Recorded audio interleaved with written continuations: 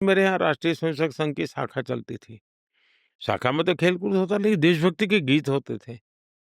वो मन को ज़रा बड़ा मज़ा आता था, एक मन को छूता था, अच्छा लगता था। तो ऐसे ही करके हम संघ में आ गए। तो र संघ के एक संस्कार तो मिले कि भाई कुछ भी सोचो, करो, अगर वो पढ़ते हो तो भी सोचो कि मैं इतना पढूँ मैं देश के काम आऊँ। अगर व्यायाम करता हूँ, मैं ऐसा व्यायाम करो कि मेरा शरीर भी देश को काम आए। ये संघ के लोग सिखाते रहते हैं।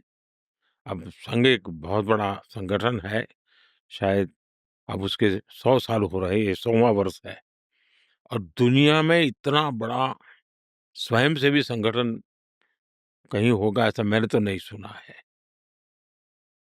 करोड़ों लोग उसके साथ जुड़े हुए हैं। लेकिन संघ को समझना इतना सरल नहीं है। संघ के काम को समझने का प्रयास करना चाहिए और संघ स्वयं तो एक पर्पज़ ऑफ लाइफ जिसको कहें, इसके विषय में आपको एक अच्छी दिशा देता है। दूसरा देश ही सब कुछ है और जन सेवा ही प्रभु सेवा है। ये जो हमारे वेद काल से जो कहा गया है, जो हमारे ऋषियों ने कहा, जो विवेकानंद ने कहा, वही बातें संघ के लोग करते हैं। तो स्वयंसेवक को कहते हैं कि भाई तुम्हें संघ में से जो प्रेरणा मिली, वो 1 घंटा शाखा है, वो स्वयं नहीं है, यूनिफ़ॉर्म पहनना वो स्वयं से संघ नहीं है। तुमने समाज के लिए कुछ करना चाहिए और वो उस प्रेरणा से आज ऐसे काम चल रहे हैं, जैसे कुछ स्वयंसेवकों ने सेवा भारती नाम का संगठन खड़ा किया है।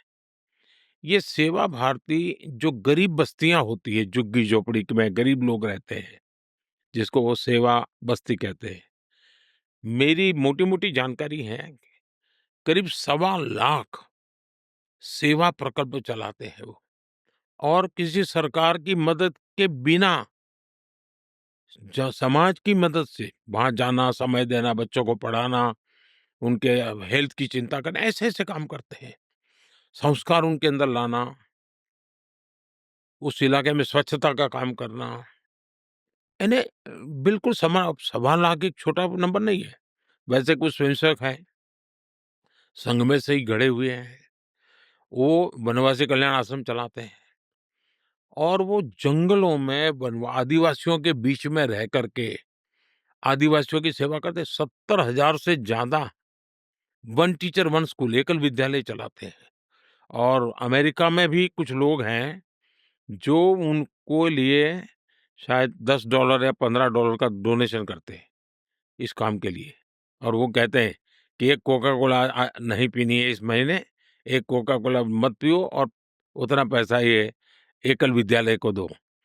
अब 70,000 एकल विद्यालय आदिवासी बच्चों को पढ़ाने के लिए करना, कुछ स्वयंसेवकों ने शिक्षा में क्रांति लाने के लिए विद्या भारती नाम का संगठन खड़ा किया।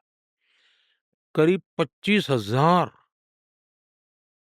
स्कूल चलते हैं उनके देश में और 30 लाख से छात्रा एट अ टाइम होते हैं और मैं मानता हूं तक करोड़ों विद्यार्थियों को और बहुत ही कम दाम में पढ़ाई हो और संस्कार को भी प्राथमिकता हो, जमीन से जुड़े हुए लोग हो, कुछ न कुछ हुनर सीखे, समाज पर बोझ न बने, यानी जीवन के हर क्षेत्र में वे चाहे महिला हो, युवा हो, इवन मज़दूर, शायद उन मेंबरशिप के हिसाब से मैं कहूँ तो भारतीय मज़दूर संघ है, शायद उसके 55,000 के करीब यूनियंस हैं शायद और करोड़ों की तादाद में उनके मेंबर्स हैं। शायद दुनिया में इतना बड़ा लेबर यूनियन कुछ नहीं होगा और सिखा कैसा जाता है? लेफ्टिस्ट लोगों ने मज़दूरों की मूवमेंटों को बड़ा बल दिया। लेबर मूवमेंट जो लगे हैं उनका नारा क्या होता है?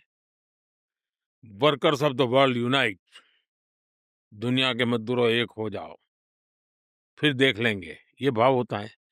ये मज़दूर संघ वाले क्या कहते हैं जो आरएसएस की शाखा से निकले हुए स्वयंसेवक मज़दूर संघ चलाते हैं, वो कहते हैं वर्कर्स यूनाइट द वर्ल्ड। वो कहते हैं workers of the world unite, ये कहते हैं workers unite the world. Unite the world. ये कितना बड़ा वाक्य, दो शब्दों में इधर उधर है, लेकिन कितना बड़ा वैचारिक बदलाव है। ये संघ की शाखा से निकले हुए लोग अपनी रुचि प्रकृति प्रवृत्ति के अनुसार जब काम करते हैं, तो इस प्रकार के गतिविधियों को बल देते हैं। और जब इन कामों को देखेंगे, तब आपको 100 साल में राष्ट्रीय स्वयंसेवक संघ ने भारत के सारे चकाचौंध दुनिया से दूर रहते हुए एक साधक की तरह समर्पित भाव से, तो मेरा ये सौभाग्य रहा कि ऐसे पवित्र संगठन से मुझे संस्कार मिले जीवन के।